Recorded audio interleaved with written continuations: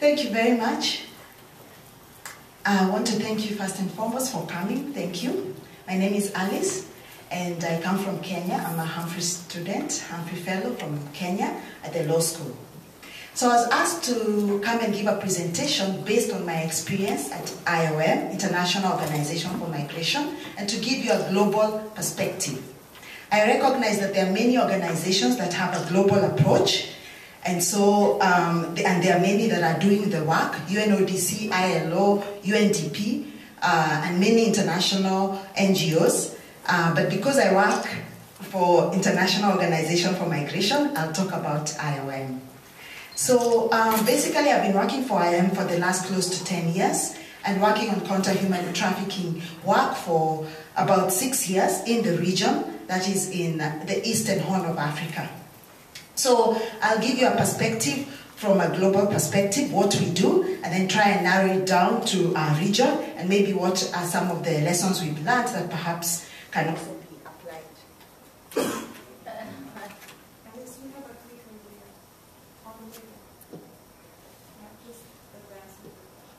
The mic. No, it's the mic. Oh, yeah, the mic that just stopped. Take another one.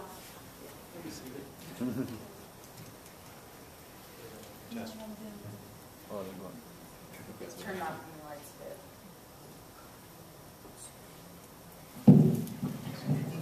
Okay, thank you. Okay, so I'll look at the introduction, the challenge, response as an international organization, and the role at the community level. So here, what is the global overview? And this is adopted from the UNODC, United Nations Office for Drug and Crime, and we work with this organization, and there is a global, group at the Geneva level that tries to bring in international organizations to work together. So UNODC estimates that there are about 600,000 to 4 million people trafficked every year. Since '97, IOM has assisted close to 25,000, and I'll tell you 25,000 victims, and I'll tell you why this is important for you. Many more are identified and at the mercy of traffickers. So, what is our presence? We are present in about 130 countries, and the US is a major contributor to the International Organization for Migration. So I'm happy to tell you that your taxes do go a long way in preventing human trafficking at the global level. This is very, very important. So currently we have 220 projects in about 94 countries, and just in 2012 we assisted close to 89 nationalities. So what is our focus? We have divided our work into 4 main areas, and this is the framework that we use across the world: research and data, prevention, capacity building, and assistance.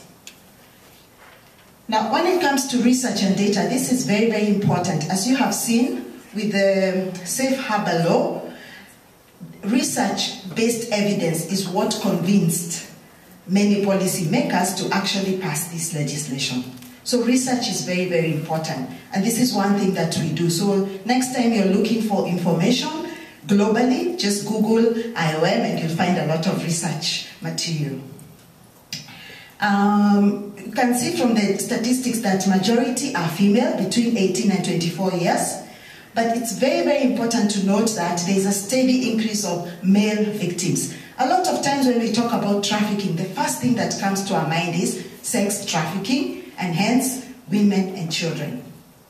But that does not negate the fact that men and boys are also trafficked. And not only for sex, for labor and other purposes. Very, very important. There is a lot of emphasis here in Minnesota about sex trafficking, and rightfully so. But we must never forget that there are people who are also trafficked for labor, because if we forget them, they will not be protected. Exploitation. Now, this may surprise some of you, but forced labor, there are more victims trafficked for forced labor than for sexual exploitation, globally. Might be different in Minnesota, but globally, these are the statistics. You also have people who are trafficked for combined sexual and forced labor. You also have other people who are trafficked for reasons that are not known yet because they've not been identified. So, the database, why is this important? This is important because the database is actually funded by a global fund, and this fund gets source of funding from the federal government of the US. So this is very important, and this database has really helped us globally to do research and case management. We have data of about 25,000 trafficked persons. The first case was registered in 1999. Data protection is very, very important for us. Identification of victims, we have to do it in a very, very confidential manner. And we don't expose the victims at all. We don't put their pictures anywhere. We only when they have consented and we are convinced that the consent is actually made from a position of they can make their own decision, that will even allow the media to come near them. Now, what kind of efforts can we draw from this in terms of community sustainability and in relation now to this conference? First, we talk about awareness raising. How do you raise awareness? Do you just raise awareness for the sake of raising awareness, or do you do specific targeted awareness raising so that it can reach the target group? And when we are talking about protection, for example, even if when we think about services for the victims, the organizations that are working with the victims, do all people know about the services that they offer? Do minority groups have access to these services? Or are the service organizations only targeting certain communities? Supporting petitions for legislative actions, we've just heard from our senator.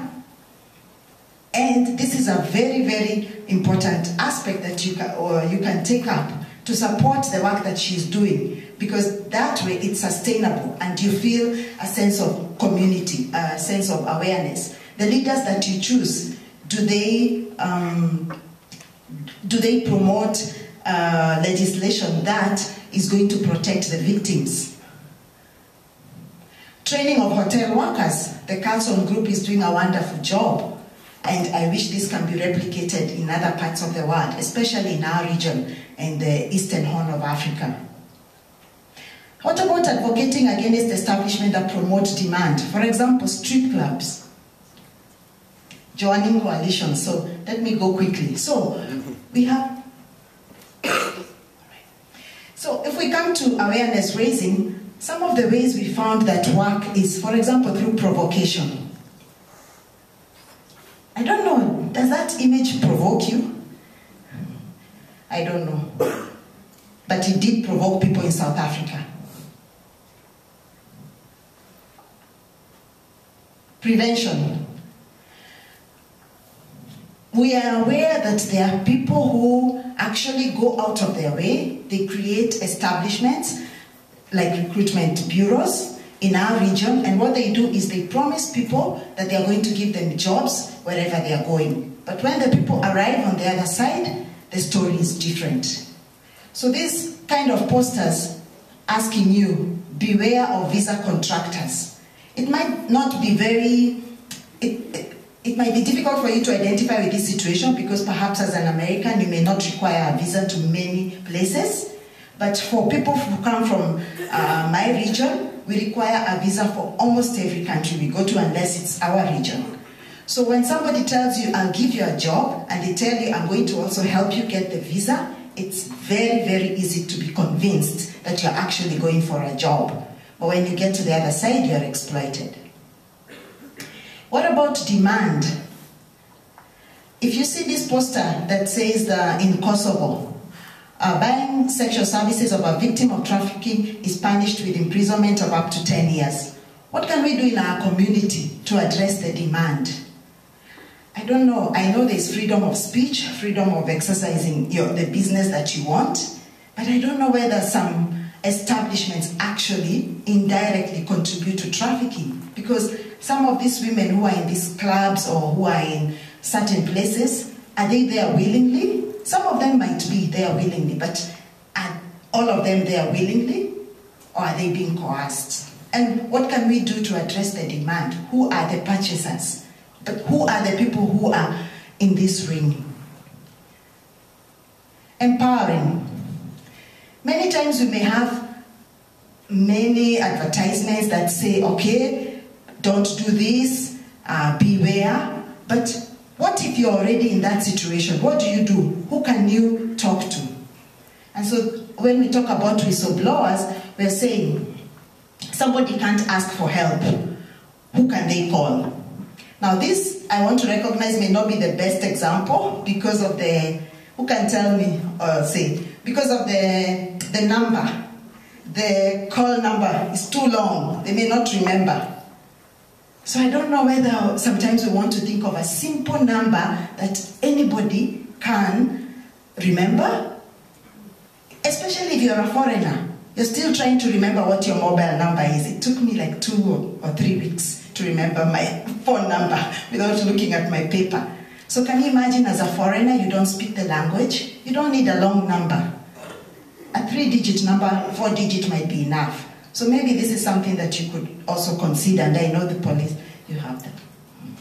And I know the police have been working on that. Empowering again. This image with the woman there, we used it for targeting Somali community. And many of them are lured and taken to countries, Arabic countries that speak Arabic, for example, Saudi Arabia, thinking that because it's a Muslim country, they will not be exploited. But when they get there, the story is different. Even humor. This is in Lithuania, and it's saying, spaghetti on your ears.